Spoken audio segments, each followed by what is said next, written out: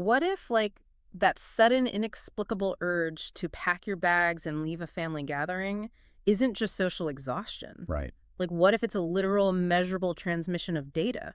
Or, I mean, what if a fist fight isn't the breakdown of communication, but rather the most raw, hardware-level message a human body can even send? It's a completely different way to look at reality. It really is. Today, we're taking a deep dive into a framework that argues literally everything we do. From throwing a punch to experiencing a profound spiritual epiphany is actually an active form of communication. Welcome to the deep dive, by the way. Glad to be here. And yeah, this material completely upends the traditional definition of what it means to speak to someone. Or to something, really. Yeah, because we tend to view communication as this very clean, deliberate transaction. Like you send a text message, I read it. Exactly. You ask a question, I give an answer. Right, but the source material we're exploring today suggests that kind of deliberate exchange is just one tiny, relatively insignificant rung on this massive cosmic ladder. It's just scratching the surface. Exactly. And that's our mission for this deep dive. We are exploring a translated philosophical framework written by a thinker named Xu Feng from October 2025. Yeah. It's titled The 8 Modes of Communication, from the Lowest to the Highest. And the goal today is to climb this ladder of connection. From the absolute most basic biological instincts Mhm. all the way up to the mystical realms of the universe. Right. So by the end of this, you listening, you might find yourself completely rethinking how you interpret a bad mood in a room, or where your sudden flashes of inspiration actually come from. Okay, let's unpack this. Let's do it. Before we get to the 8 modes themselves, Xu Feng establishes this foundational rule about existence. Like, why does this ladder even exist at all? Well, according to the text, the core premise is that for life to exist and flourish, it is fundamentally required to communicate with the external world. Right. Life, by definition in this framework, is an ongoing exchange with whatever is outside of it. You just cannot have life without that friction, that interaction. But the text does mention one theoretical exception to this rule, which I found totally fascinating. Oh, the Hunden system. Yeah. It says a life form must communicate with the external world unless it has achieved a state of complete self-sufficiency by forming a Hunden system. Yeah, and the Hunden system is a vital concept for understanding literally everything that follows on this ladder. How so? Well, in Chinese philosophy, a Hunden generally refers to this state of primal, undifferentiated wholeness. But in the specific context of Xu Feng's framework, it describes an abstract state of absolute perfect self-containment. Okay, so what does that actually look like? Imagine a state of being where you require absolutely nothing from the outside universe. No caloric energy, no emotional validation, no physical resources. No external data at all. Exactly. Nothing. I mean, it makes me think of a perfectly sealed, self-sustaining terrarium. Right. Like one of those massive glass jars where the plants just recycle their own oxygen and moisture indefinitely. Nothing goes in, nothing comes out, but the life inside just hums along. That's a really helpful visual starting point, actually. But, even a terrarium requires sunlight penetrating the glass from the outside to drive photosynthesis, right? Yeah, that's true. A true Hunden system wouldn't even need the sun. It would be entirely self-generating. Wow. And the reality for human beings, and for almost all biological life as we observe it, is that we are definitely not perfectly sealed systems. Not even close. Right, we're highly vulnerable, we leak energy, we require nutrients, we constantly seek physical safety, and because we aren't Hunden systems, we're forced to reach out. We have to communicate to survive. Exactly. If we connect this to the bigger picture, the lowest levels on Xu Feng's ladder aren't about profound communion at all. They are desperate biological necessities. Which brings us right to level 1, which is physical communication. Yeah. The framework gives examples like ants communicating through their antenna or humans communicating through physical contact. But then, and this is wild, the author explicitly includes human conflict, stating that we communicate even through fists and feet in conflict. It's a bold claim. It is. And I have to push back on this a little bit. I hear the logic, but isn't violence the ultimate breakdown of a message? Like, if I punch a wall, I'm just expressing blind anger. I'm not, sending the wall a memo. Well, sure, but Xu Feng isn't talking about punching an inanimate object in isolation. He's talking about interaction between two living entities. Okay. When you strip away the social and moral judgments that we naturally attach to violence, think about the actual mechanism of a physical fight. Just the physical act of it. Right. It is the most unrefined, immediate transmission of a boundary. It's a biological organism transmitting the message, this is my space, or, I am establishing dominance over you. Huh. So it's not the absence of a message. No, not It's just the absolute most rudimentary hardware-level data transfer possible, like brute force negotiation. That is the argument, yes. It's the rawest collision between two incomplete systems that are just trying to establish the rules of their shared reality. That is a crazy way to frame a fistfight. It really is. And sitting just slightly above that is level 2, which is scent communication. Right, right. The author points to, you releasing pheromones to attract a ram, or dogs urinating to mark their territory. Now, this still feels incredibly biological, very tied to survival and reproduction, but I can see why it's a step up from level 1. Yeah, it bridges a physical gap. Exactly. You don't have to be locking horns or touching antenna anymore. You can leave a biochemical data packet that lingers in the environment long after you've walked away. It's the earliest evolution of spatial communication. It allows a message to survive independently of the sender for at least a short time. Right. But of course, pheromones and physical force only work if you share the same immediate geographical area. Obvious. So as human beings evolved, as we formed complex societies and started dealing with abstract concepts, biology alone just wasn't going to cut it anymore. We needed a way to bridge much larger expanses of distance and time. And that necessity forced the evolution into the modes that dominate the daily life of you, our listener.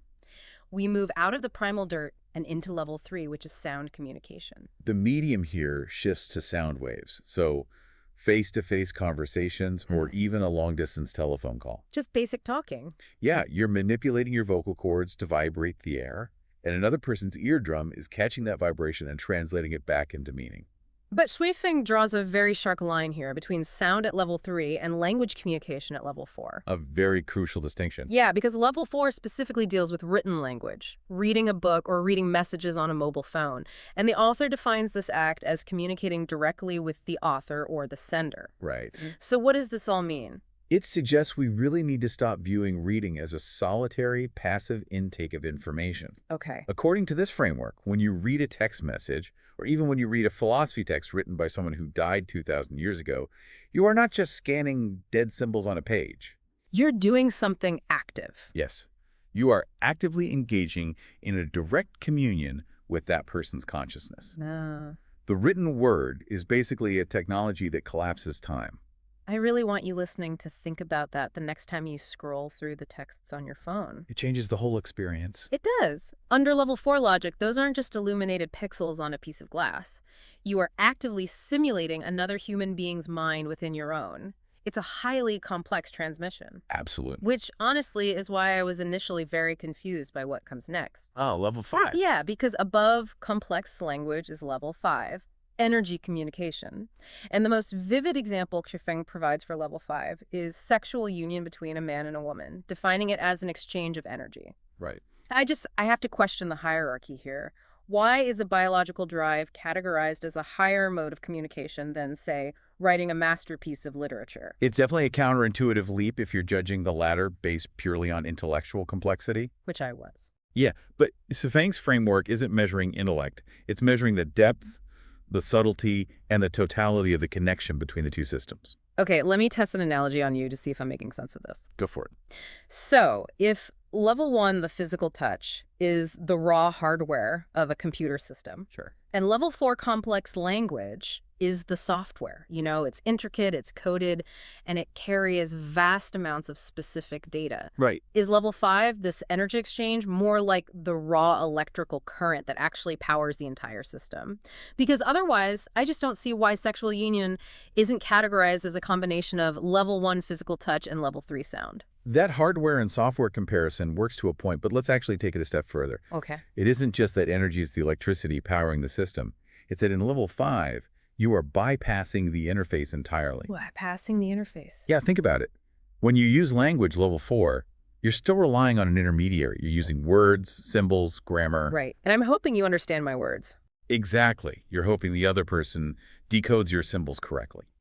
According to Shuifeng, energy communication transcends those symbols. It requires the lower levels to initiate, sure, but it moves into a direct, unmediated mingling of human vital force. Oh, wow. You aren't just exchanging ideas about life, you are literally exchanging life itself. Okay, that reframes it completely. It's not two minds trading data packets. It's two frequencies attempting to synchronize without any buffer at all. Precisely. That clarifies why it sits at the top of the human-to-human tier, because right after level 5, the entire framework just pivots. It really does. If levels 1 through 5 are all about active broadcasting, pushing physical force, leaving sense, speaking words, projecting energy, level 6 shifts us into passive environmental reception. To stop broadcasting. Yeah, we start broadcasting and start reading the unseen. We enter level 6, information communication.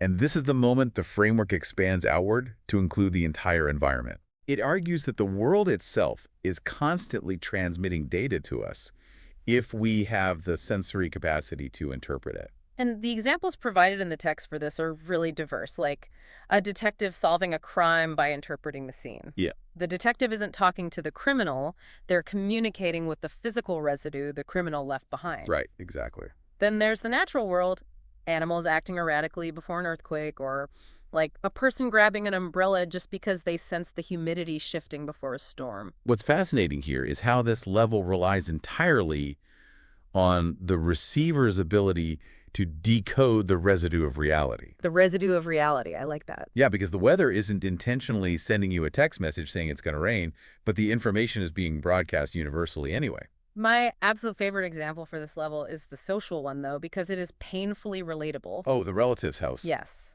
Xu Feng writes that you might plan to stay 3 days at a relative's home, but after just 1 day, you suddenly feel this overwhelming urge to pack up and leave. We've all been there. Right.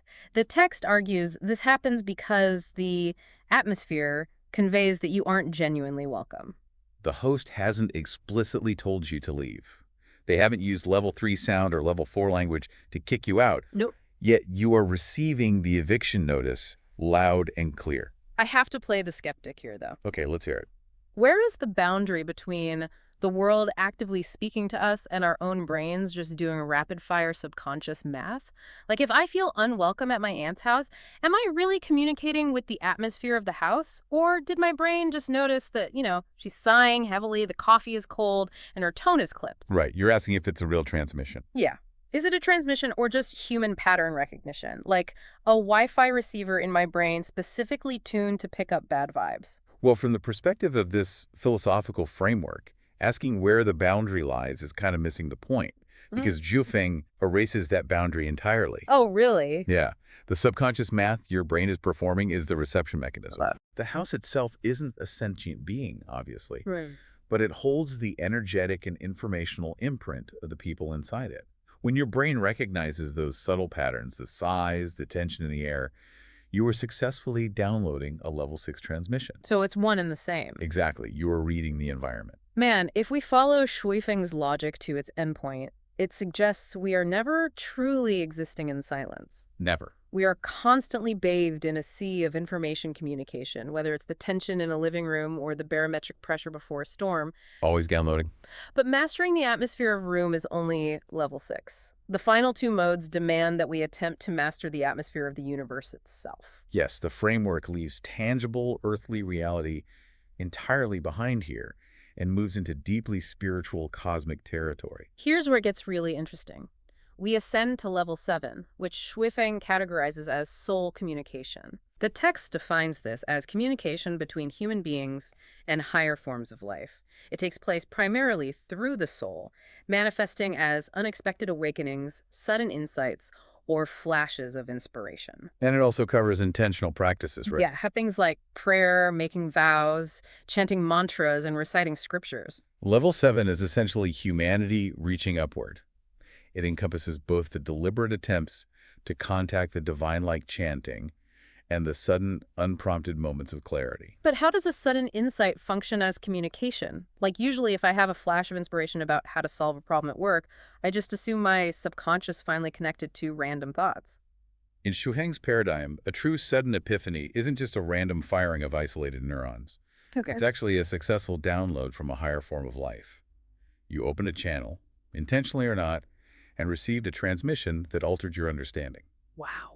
It is a dialogue, even if you didn't consciously ask the question. But even that profound dialogue is superseded by the absolute pinnacle of the ladder, which is level 8, inspirational communication. The very top. The text defines this as communication between human beings and the greatest creator, the source of all Buddhas, together with the way. It manifests as a deep inner impulse that guides your actions. We should probably pause and unpack the terminology Kuofeng is using here because it's pretty dense. Definitely. The greatest creator, the source of all Buddhas, the way. Notice how he groups vastly different religious and philosophical concepts together in one breath. Yeah, he's not picking a lane. Exactly. He isn't advocating for one specific dogmatic religion. In this framework, he's suggesting there is a singular universal source code of existence. And level 8 is the mechanism of connecting directly to that ultimate source. Precisely. And the text gives us some incredible parameters for how this level 8 communication operates. Shofeng states that inspirational communication is entirely independent of distance, time, and matter. It is an inner perception so deeply ingrained that, and this completely blew my mind, even if the Milky Way galaxy were to completely disappear, even after hundreds of millions of years, this imprinted information would continue to function within one's profound consciousness. Just think about the mechanics of that claim for a second. It's huge. If the source of the communication exists independently of matter and time, then the physical destruction of the hardware, even on a galactic scale, doesn't affect the transmission at all. The signal outlasts the physical universe. Exactly. But this raises an important question. How do we distinguish between our own fleeting thoughts, a level 6 reading of our environment, and a true level 8 inspiration from the cosmic source? Well, the text offers a very specific distinction that I think helps clarify this. Zhofeng notes that communicating with deceased or historical figures belongs to level 6, information communication. But having an emotional connection with the guide belongs to level 8. Let's test your earlier logic here. Why would communicating with a historical figure be relegated to level 6?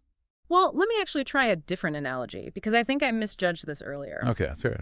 If level 6 is like reading the weather, feeling a drop in barometric pressure, and knowing a storm is coming based on environmental residue, Right. then trying to commune with a philosopher who died centuries ago is just reading the historical weather. You're piecing together the informational residue they left behind in texts or cultural impact. I like that. And how would you characterize level 8 in that analogy? So if level 6 is the weather, level 8 is more like the gravity holding the planet in place. Oh, interesting. Yeah, you can't feel gravity. You can't read it like a barometer. It doesn't leave historical texts.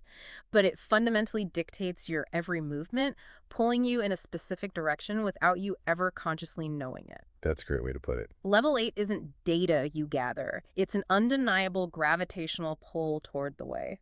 That is a much tighter way to look at it. Level 6 requires your brain to actively interpret residue. Level 8 requires no interpretation at all. It's a fundamental, timeless directive embedded directly in your core. Right. And what's truly compelling is Weffing's assertion that most people are completely unaware of this profound imprinted information functioning inside them.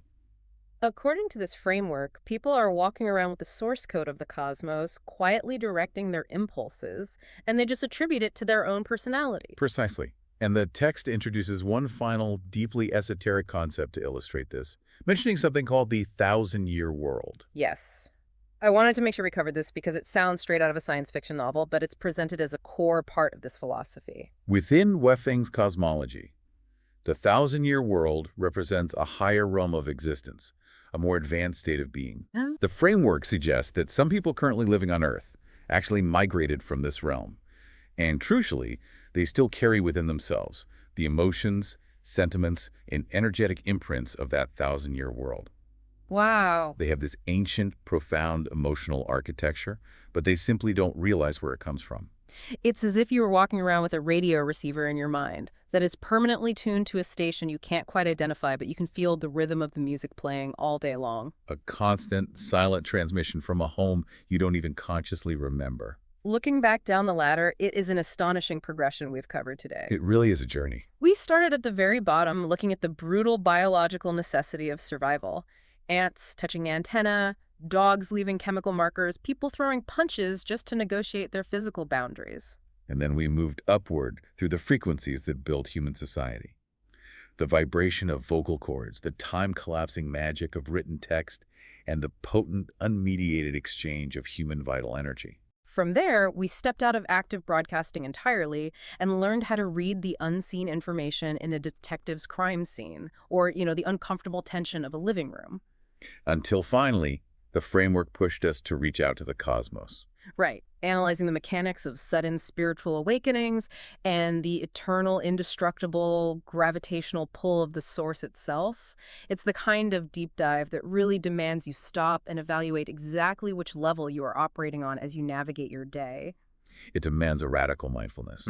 It asks you to pay attention to the unseen currents you're swimming in every single second, whether it's the text message on your screen or the sudden instinct to change the direction of your life. And as we wrap up our exploration of Sweffing's framework today, I want to leave you with one final thought to mull over as you go back to your routine.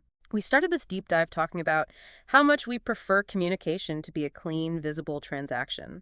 We like things we can point to. But if we accept the logic of level 8, a communication that outlasts the physical destruction of the galaxy, and if we consider the concept of the thousand-year world, think about those moments when you feel a sudden, unexplained sense of longing. Oh, that feeling. You know that deep melancholic nostalgia that occasionally hits you on a quiet afternoon, seemingly out of nowhere for a place you've never actually been? What if that feeling isn't just a random quirk of your brain chemistry doing subconscious math? Right. What if that profound longing is actually an ancient, deeply imprinted message from a past existence in a higher realm, still silently communicating with you across millions of years, just waiting for you to finally learn how to read it?